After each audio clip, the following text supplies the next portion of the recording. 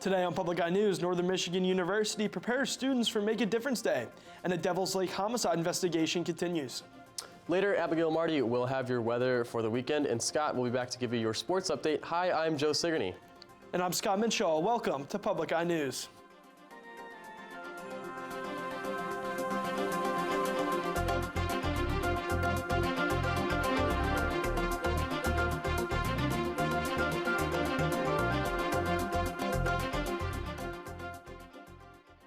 Each year, students at Northern Michigan University participate in a nationwide service day with the goal in mind to help out their neighbors and community.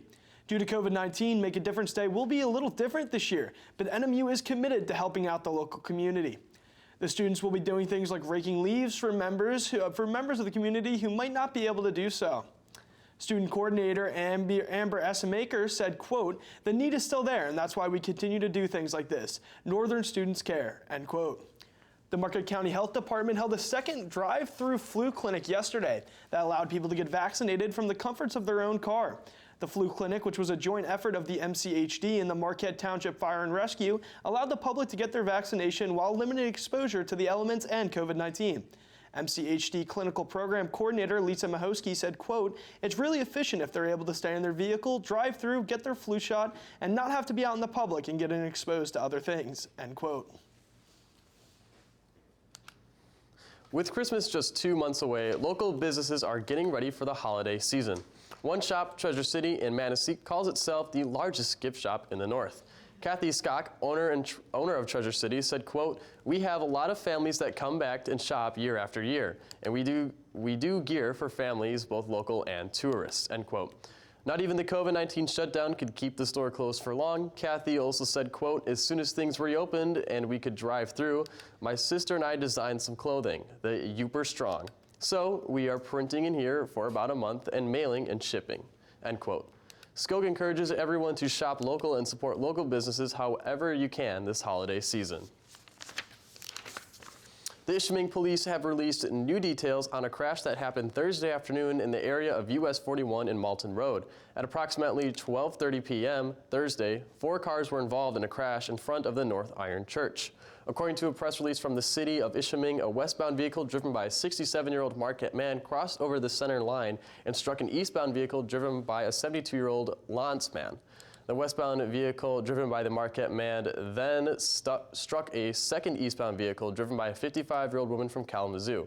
The 67-year-old Marquette man, the 55-year-old Kalamazoo woman, as well as her 74-year-old male passenger were transported to the UP Health Systems for treatment. All 3 are in stable condition at this time and are expected to make a full recovery. No names have been released, and the crash is still under investigation. If you're flying into the Delta County Airport, you can feel a bit safer now as the airport just got a new fire truck. The airport had previously been using an out-of-date fire truck from 1992. Andrea Newlemlin, Delta County Airport Manager, said, quote, "Our old fire truck is a 1992 old Oshkosh, and it's far surpassed the usable life expectancy. The new Oshkosh Striker 4x4 offers us greater fire suppression capabilities, along with better versatility and control and all-around safety," end quote. Sad news today for fans of the annual WLUC-TV 6 craft shows, which are held around the Upper Peninsula. Due to safety concerns regarding the coronavirus, the event organizers said it would not be possible to host the craft shows, which are typically held indoors on Thanksgiving and Christmas. TV6 Vice President and General Manager Rick Rhodes said, quote, "It was a difficult decision to make. It just wasn't possible this fall," end quote. Organizers said the plans for the 2021 craft shows are already underway, and they're hoping for a safe return in the spring. After this break, we will be back with your national and international news. Coming up on Austin City Limits. There's always trouble in paradise. Don't matter if you drinks and eats or an eye. Devils and angels, I'm gonna get myself away. I'm gonna get Saturday night at 11. Welcome back. Heavy fighting raged Friday over Nagorno-Karabakh as the top diplomats from Armenia and Azerbaijan visited Washington for negotiations on settling the neighboring country's decades-long conflict. The warring sides accused each other of shelling residential areas Friday. Authorities in Nagorno-Karabakh said the town of Marrakech and several villages in the Martuni region were hit by Erzbahin rockets overnight. Amid the relentless shelling, many residents have sought protection from rockets and artillery shells by moving into squalid basements. According to Nagorno-Karabakh officials, 927 of their troops have been killed, and more than 30 civilians have also died.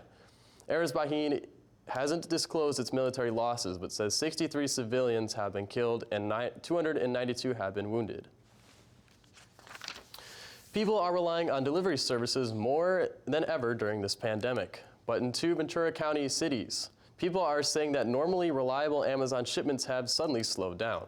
Residents are now questioning whether the Prime program is even worth it. Christine Lazar is looking for answers. Rosalinda Rodriguez of Moore Park is paralyzed from the chest down. Though she uses a wheelchair to get around, she relies on delivery services like Amazon for convenience and safety. I'm at high risk if I do contract coronavirus because I do have a spinal cord injury. She pays $119 a year for a Prime membership so she can get her orders in 1 to 2 days. But about a month ago, her Amazon deliveries suddenly slowed. So now if I try to place an order, it'll take anywhere from 7 to 10 days. Across Moore Park and into neighboring Simi Valley, residents have reached out to us saying their Prime membership isn't so Prime anymore. Actually, the sweater I'm wearing was delivered last night and was ordered on the 2nd. Took 17 days to get here. When frustrated Prime members have reached out to Amazon, they've gotten different answers. This man was told that Amazon was not able to identify the specific issue with his location.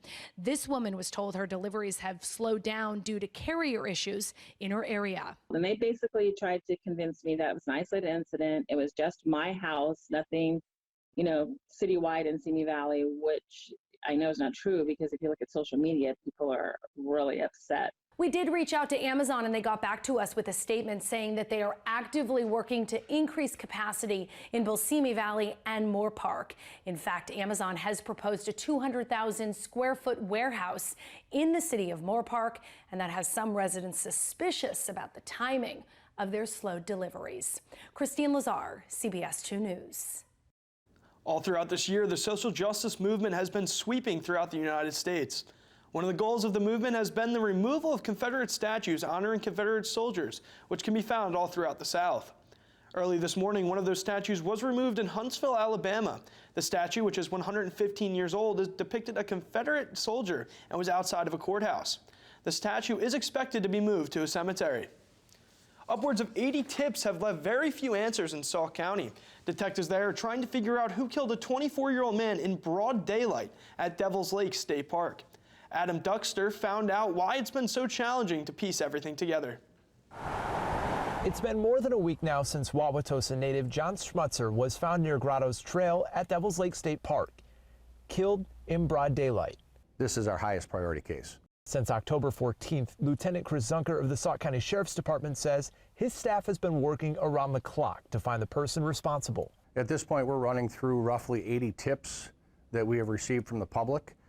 We have between 8 and 10 detectives working on this daily. That's my entire staff, plus a member of the Wisconsin Department of Natural Resources. Zunker says right now his team is trying to piece together just what Schmutzer was doing and where he went before ending up at Devil's Lake.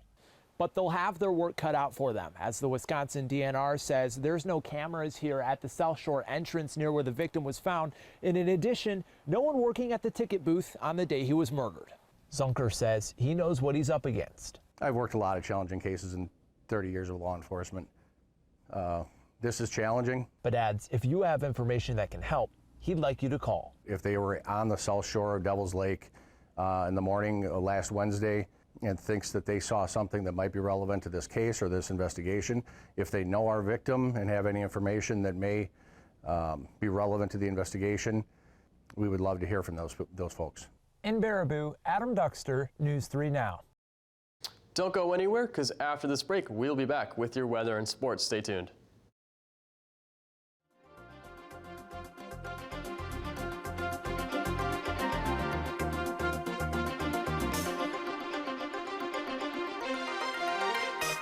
I've been around the world, but there's one place I keep coming back to. On this UTR in Scottville for a Woody Wolf's Den, mounds of mushrooms, and a band that likes to clown around. Then we hit Lansing for a cool zoo for you, an urban paddle, and 4 great places to please your palate. This isn't under the radar. You just gotta see. Tonight at 5 and Saturday night at 10:30. Good evening, Yoopers. I'm Abigail Marty, and welcome back to Public Eye News. As you see here, we have a great view of Northern Michigan University. Not very nice out. It's pretty snowy out. And for today, we're just going to have some of those mixed rain and snow showers with a temperature of around 38 degrees. For our winds, they're coming from our north at around 22 miles per hour, and our pressure is 30.17 and falling. All right, now for tonight, we're going to have some cloudy skies with a low of 29 and winds from our northwest at around 10 miles per hour. For tomorrow, partly cloudy skies with a high of 38 degrees with winds coming from our west at around 10 to 15 miles per hour. Now looking throughout the peninsula, over in Sault Ste. Marie, 39 degrees and cloudy. Over in Manistee, 40 degrees and rainy. Over in Escanaba, 40 degrees and rainy. And then also down in Menominee, 40 degrees and rainy. Over in Iron Mountain, a cool 36 with rainy skies. A 32 in Ironwood with some snow showers. Up in Houghton, 34 with some snow showers. And then back to Marquette for 38 and some mixed showers. Looking ahead at our forecast for Sunday, we have a high of 38 with a low of 29 with cloudy skies with some possible snow showers later in the day. For Monday, a high of 36 with a low of 23 and cloudy skies. For Tuesday, a high of 36, a low of 27 and partly cloudy skies. Now over to sports with Scott. Thanks a lot, Abby. Jumping right into the NFL action that happened last night, the Philadelphia Eagles are now tied for first place in the NFC East after defeating the New York Giants. The game was a wild ride with the teams tossing the lead back and forth throughout the game. Although the highlights of the game came from the losing team when Giants quarterback Daniel Jones ran for 80 yards before he tripped himself just shy of the end zone. Last night's run gives Jones 2 of the 3 longest runs by a quarterback this year. The NBA Board of Governors met today to discuss possible changes to the 2021 NBA season. The changes, which could include a Christmas start and a shorter season of less than the usual 82 games, while also limiting the number of fans or allowing no fans at all in arenas. While sources who have spoken to multiple NBA teams say that some teams are on board with a Christmas Day start, some teams think that the timeline is too quick and not realistic. Moving into the fighting world, UFC 254 is this weekend, with Khabib the Eagle Nurmagomedov taking on Justin the Highlight Gaethje on the main card. The fights are taking place on UFC Fight Island in Abu Dhabi with limited in-person attendance. Khabib, who is 28-0 in the octagon in his career, almost didn't make weight for the fight, having to be helped up onto the scale at the official weigh-in. Commentators noted how Khabib looked uncharacteristically fragile and unsteady at the weigh-in. Well, that's all I got for sports, Joe. I heard there's some other news going on? Yeah, a species of beetle that is aptly named the diabolical ironclad beetle can withstand the compression of about 39,000 times its own weight.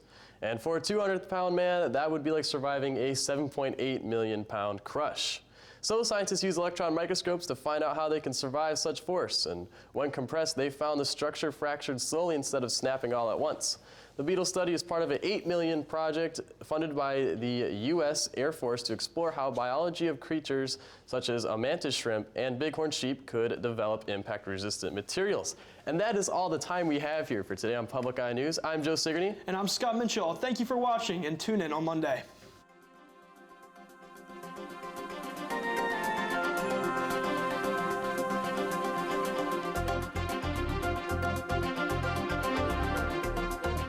The preceding program was produced by WNMU-TV, Northern Michigan University Public Television, in studios located in Elizabeth and Edgar Hardin Hall.